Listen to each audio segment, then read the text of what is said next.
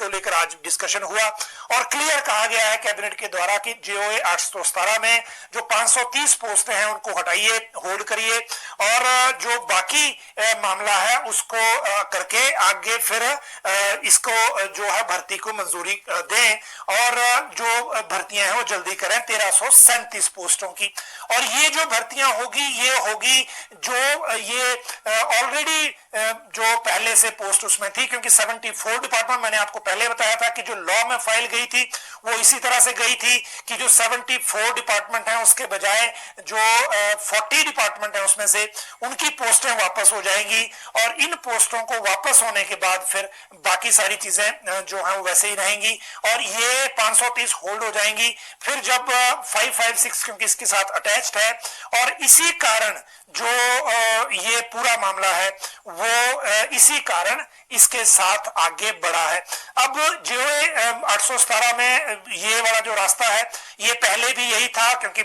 हमने सबसे पहले आपको बताया था कि पोस्टें जो कैंची चलने वाली है क्योंकि इसी तरह से लॉ में मामला गया था। आज भी कैबिनेट में जब अफसरों को बुलाया गया तो फिर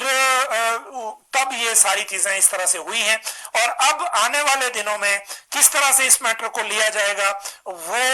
एक देखने वाली बात रहेगी और साथ में ये भी कि कितनी जल्दी इसका रिजल्ट घोषित किया जाता है, क्योंकि आज जो कैबिनेट को कहा गया है, कैबिनेट ने जो डिपार्टमेंट को कहा है वो ये कहा है कि जल्दी से जल्दी इसमें वो करिए और जल्दी से जल्दी प्रोसेस जो है वो 530 पोस्ट होल्ड करने के बाद जो बाकी बचती हैं उसके बारे में जल्दी करें। है। और हम बात करें अगर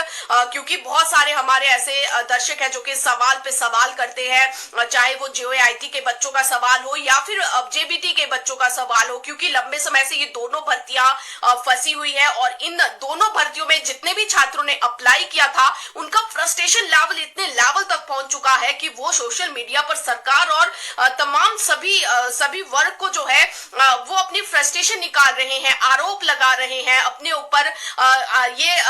लगातार जो है वो सवाल उठा रहे हैं कि उनके साथ जो है वो उत्पीड़न यहाँ पर की जा रही है, मानसिक तनाव से वो जूझ रहे हैं। लेकिन इस बीच जो है वो सभी तमाम ऐसे अभ्यर्थियों के लिए जिनके मामले कोर्ट में फंसे हुए हैं, आज उनको जरूर राहत के संकेत यहाँ पर सरकार की ओर से दिए गए हैं। क्योंकि अगर हम बात करें सबसे पहले जेओए भर्ती को लेकर, तो हालांकि जेओए भर्ती के लिए आज एक अच्छी खबर भी नहीं है और दूसरी जो है वो उनके लिए एक राहत के संकेत वाली खबर भी है। अब पहले हम शुरुआत जो है अच्छी खबर से करते हैं, जिससे जेओआईटी 817 के बच्चों को हम ये कह सकते हैं कि राहत के संकेत इस कैबिनेट की बैठक में दिए गए। जब कैबिनेट की बैठक शुरू हुई और कैबिनेट में कई एजेंडे शामिल किए गए, तो इस दौरान जो है वो एक एजेंडा जेओआईटी 817 का था, क्योंकि लीगल से ओपिनियन आना था और इस ओपिनियन का इंतजार जो है वो किया जा रहा था। आज जो है वो लीगल डिपार्टमेंट ने अपना ओपिनियन भी दिया, कैबिनेट की बैठक में उसे प्रेजेंटेशन भी उस ओपिनियन की दी और सरकार को अवगत करवाया कि अगर सरकार जेओए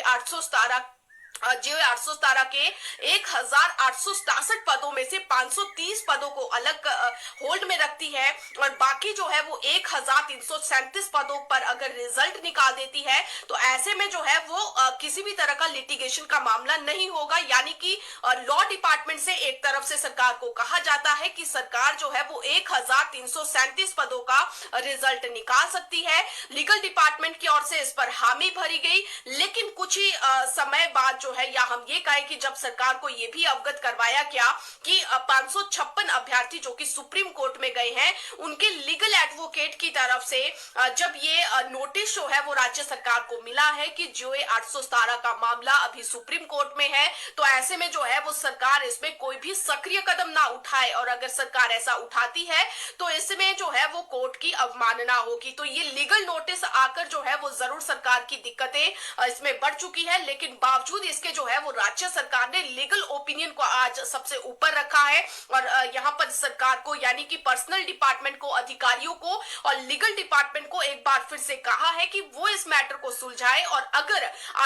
जेओए 817 में 1337 पदों के रिजल्ट निकालने में किसी तरह की कोई बाधाएं नहीं है, तो ऐसे में इनका रिजल्ट निकाले और इनकी अपॉइंटमेंट्स जो है वो शुरू की जाए। लेकिन दूसरी तरफ से यहाँ पर जब हमने लीगली डिपार्टमेंट से बात की, कार्मिक विभाग के अधिकारियों से बात की तो उनका मानना है कि अभी जो सुप्रीम कोर्ट के नाम से जो एक नोटिस यहाँ पर 556 के अभ्यर्थियों द्वारा सरकार को मिला है, इस नोटिस को इग्नोर नहीं किया जा सकता है और ऐसे में उसके बाद ये फैसला लिया